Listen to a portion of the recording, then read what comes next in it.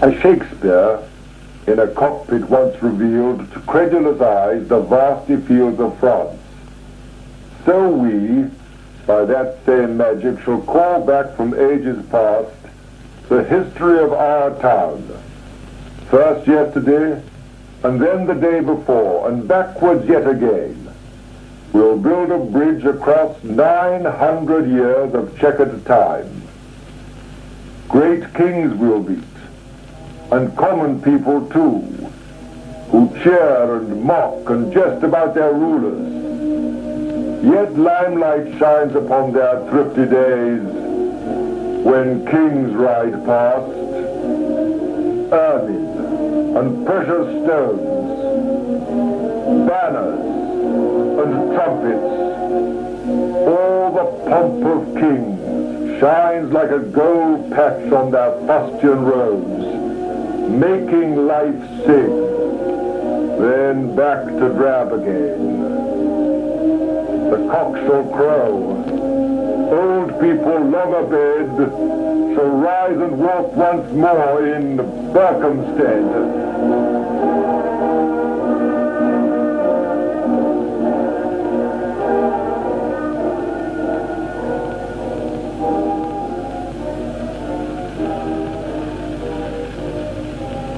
But first we lead you back by lesser steps. Divest yourselves of 50 years, we pray, and see against this crumbling citadel the sights and songs and tunes of yesterday. Kitchener's men bring backward through the years our pride, our thanks, our well-remembered tears.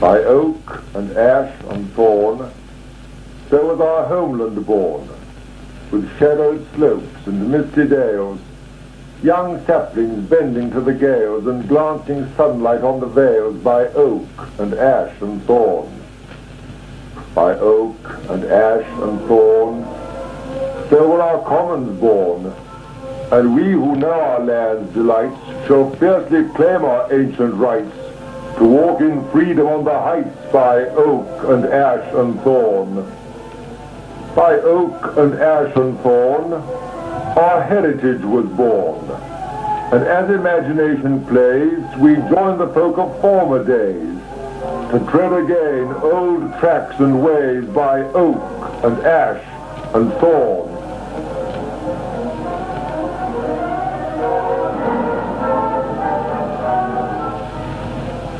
You'll have to go right round, you know. No going along here. What is the meaning of this fence, pray?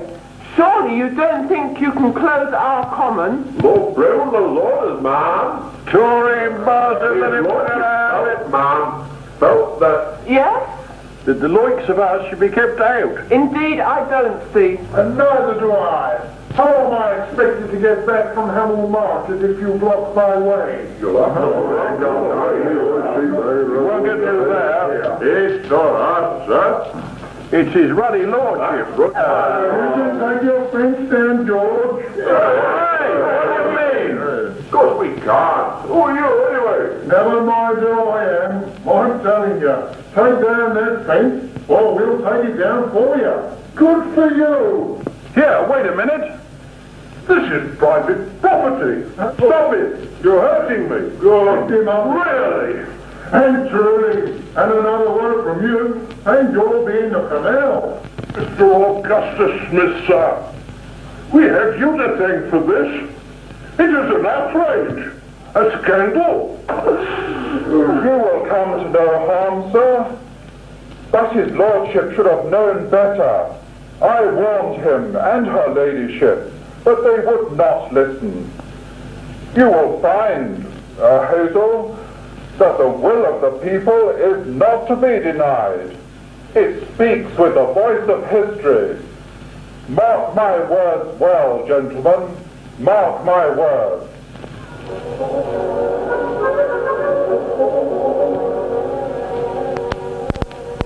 A royal guest, the King of France, goes home across the sea. The hazards in his game of chance seem set for victory, with Bonaparte in Elba chained, his kingship and his throne again.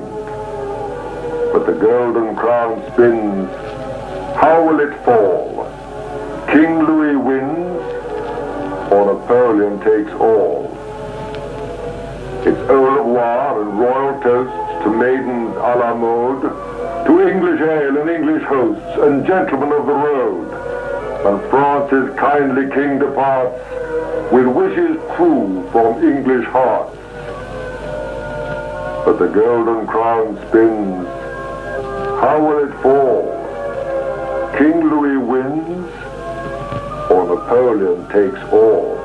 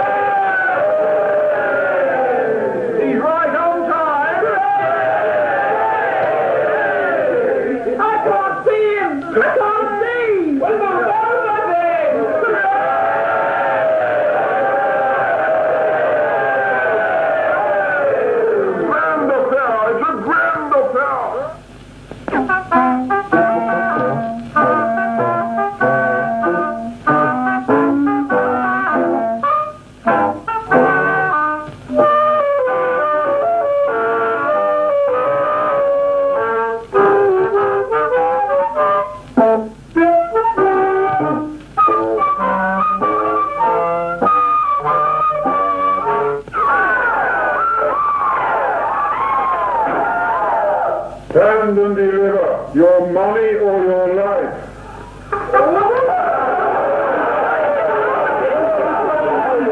The highwayman! You have apprehended a pretty mademoiselle. In France, that is the greatest crime of all. Seize him! Here accused of philandering with pretty Polly Page. Guilty or not guilty? What is guilty? guilty, my lord. Together with him! There's no time to be lost!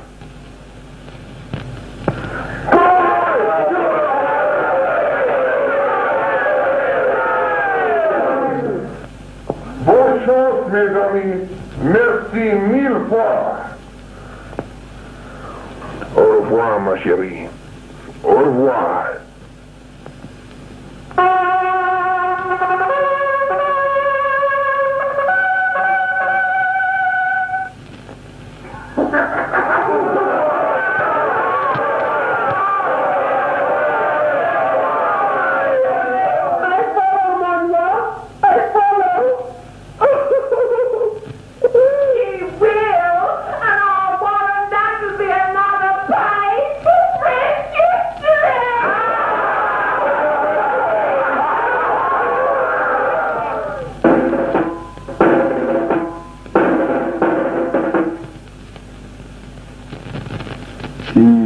Loved this countryside in sunshine and in rain.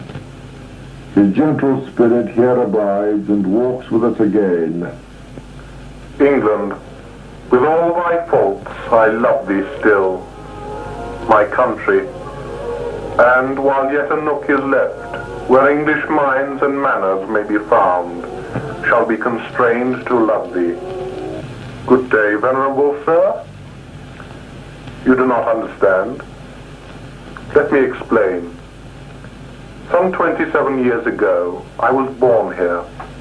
I, William Cooper, son of the Reverend John Cooper. As a child, this was my home. It was here my mother died and left us empty, desolate.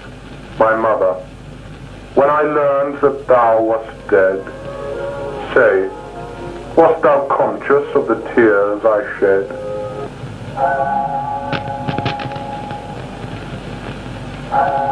Yet children revel not long in gloom.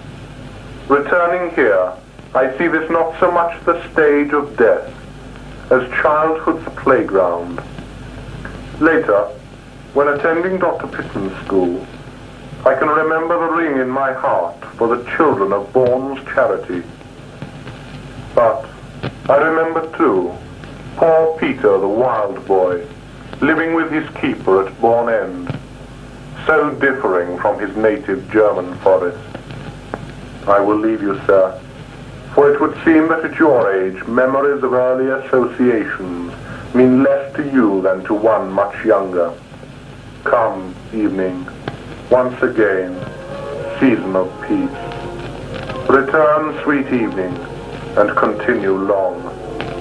Methinks I see thee in the streaky west, with matron steps slow moving. This gentle, grave, and kindly prince, this lover of the arts, a kindly husband, father, friend, a man of many parts, but in the crystal lies the flaw that leads his land to civil war.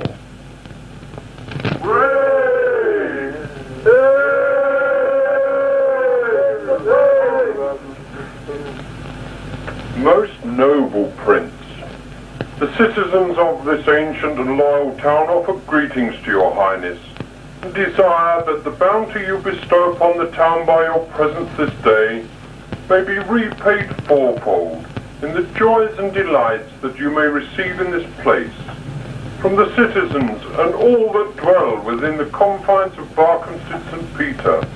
Welcome to you, our most royal prince. Mr. Clark, citizens of Berkhamsted, for your greetings, thanks. For your favours and hospitality, more thanks. The King, my father, greets you and pleases to tell you that it is his most earnest desire that within 2 years at most it will be his pleasure to grant to Berkhamsted St. Peter a charter which will create the said Berkhamsted St. Peter a free borough. Be warned, gentle prince! Sure be done away with. Be warned, gentle prince! king to be. Prince and pauper. Prince and pauper. I fear, my son, that poor old Betsy speaks true.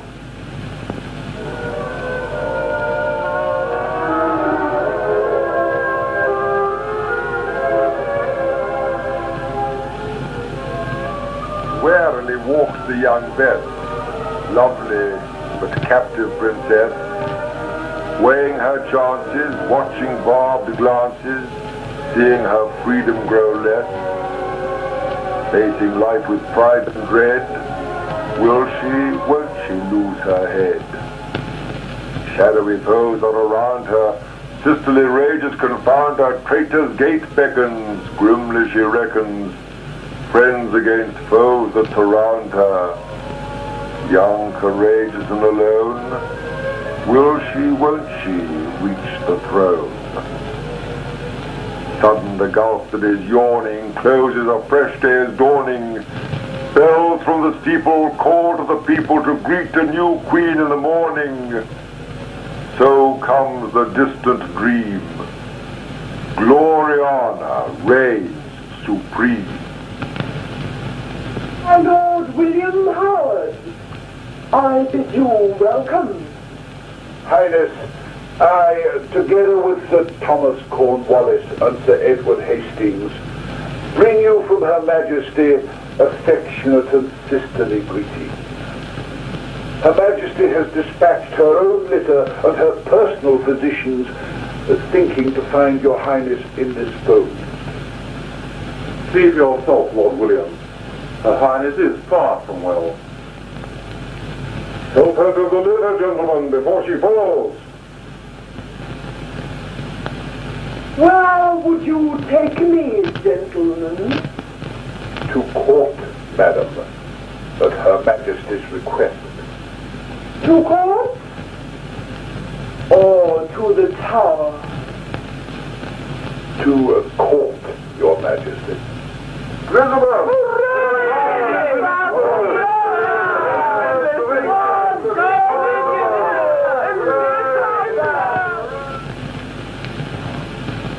In bluff King Harry's years of rule, dead tongues were brought to life. Now scholars went to grammar school with inkhorn, pen and knife. On Greek and Latin, verse and prose, they heard the changes rung, and woe betide the schoolboy who preferred his mother tongue. Such seekers in the classic law were aided in their search by the frequent application of a most compelling verse. From dawn to dusk the scholars sat at work, no time to play, with bread and cheese and home-brewed ale to help them on their way. And for their lighter moments, when the classic tests would fall, there was rhetoric and logic and not any games at all. But if a scholar's wandering mind should leave him in the lurch, it would soon be recollected by a most compelling verse.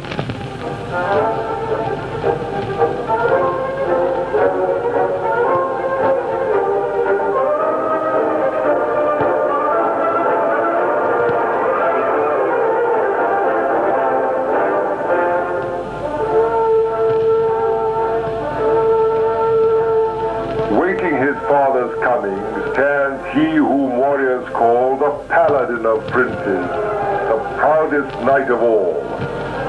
I bear a noble gift, my son. Take this great castle for your own. Black prince of fame and fable, of Christendom's renown, new keeper of this castle, new guardian of this town. I swear no plea shall be ignored, whilst I, your prince, be overlord. The burgess and the pauper, the housewife and the maid, go gaily to their duties and all walk unafraid. No baron grim, nor scoundrel knight, our prince's people dare the fright.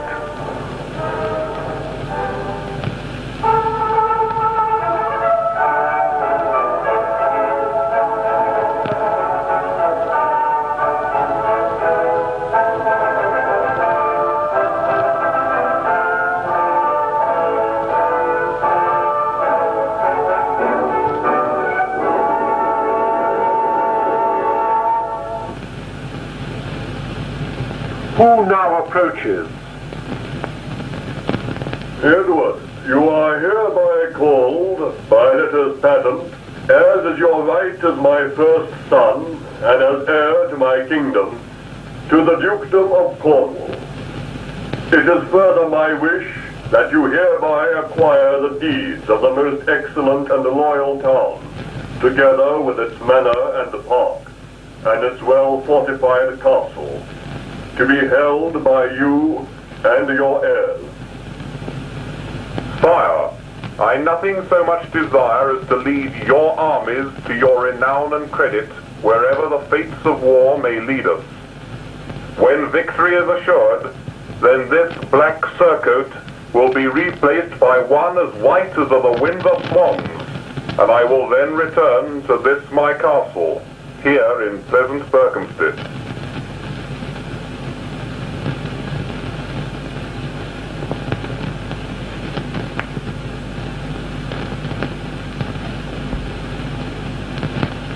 Spirits of fire and water, spirits of wood and stream, under the cross's shadow fade like an evil dream.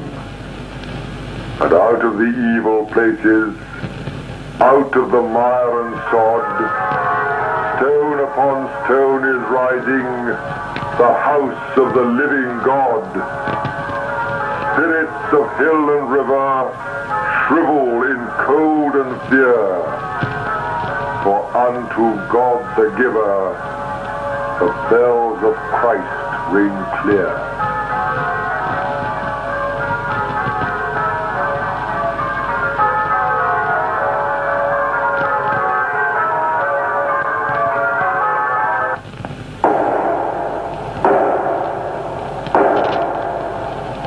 Polite portas, quis est ille rex gloriae, Dominus fortis, pax Quic Domui.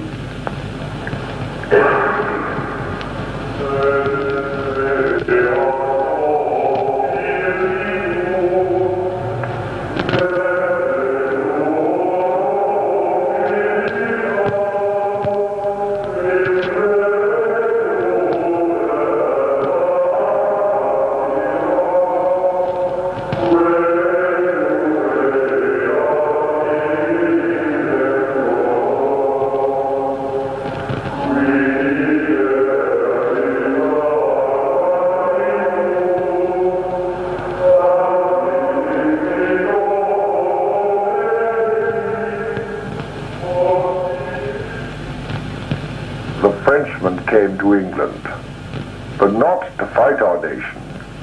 Oh no, they came to England by special invitation. King John had proved a Tartar, and the barons start to shout, "Come, help us throw him out, lads. Pray help us turn him out." The Frenchmen came to England. They were not asked to stay, but though King John was dead now, they wouldn't go away. The countrymen of England were filled with fear and doubt. So help us throw them out, lads. Pray help us throw them out. The Frenchmen came to England with bow and spear and lance, and over English castles flew the fleur-de-lis of France. And soon the nation shouted, "Pray turn yourselves about, and back you go to France, lads, before we throw you out."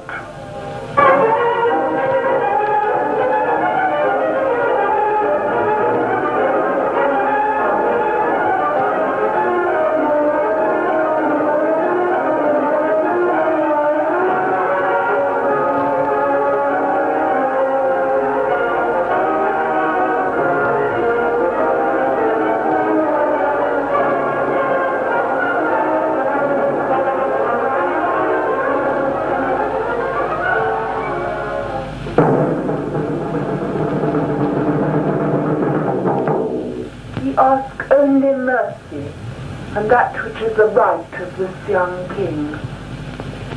In the name of Louis of France, we enter the castle, and to those herein and those dependent, we promise clemency and justice. A sprig of broom that comes from far Anjou, a kingly sapling come to plant a line that stretches king upon Plantagenet king across 300 years of shadowed time. Justice he brings, and honor. Castles rise strong to protect against the tyrant's sway, and men in safety walk throughout the land, freed from the old chill fears of yesterday. Bridge the centuries, set fancy free. This castle where we walk shall rise again, a fortress, triple-moated, strongly wrought by masons in this second Henry's reign. Gatehouse and keep and postern stand renewed. These crumbling walls rise proud against the sky, as once they rose when archers with their bows stood sentry here to challenge and to die. What? Have we the king's men at last? What will you with Becket, sir? From the king, greetings to his friend the Archdeacon. Gracious. From his most excellent majesty, a charter for Berkhamsted St. Peter and for Wallingford.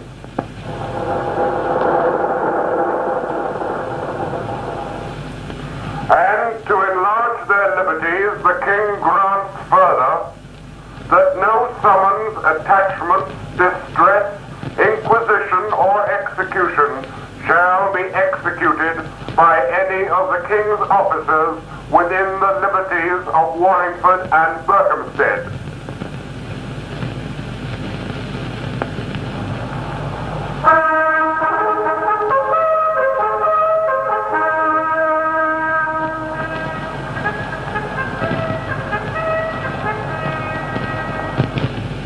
Sire, our land ravaged, our army defeated, our capital surrounded, we are forced to submit and secede to you as our conqueror.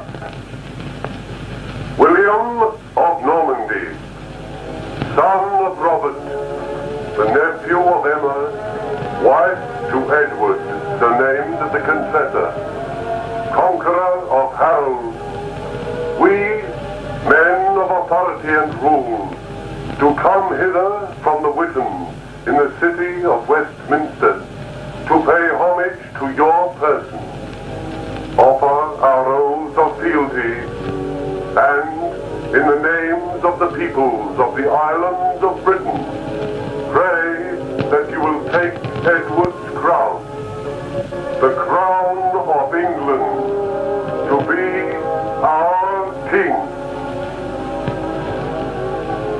Amen. God save the king!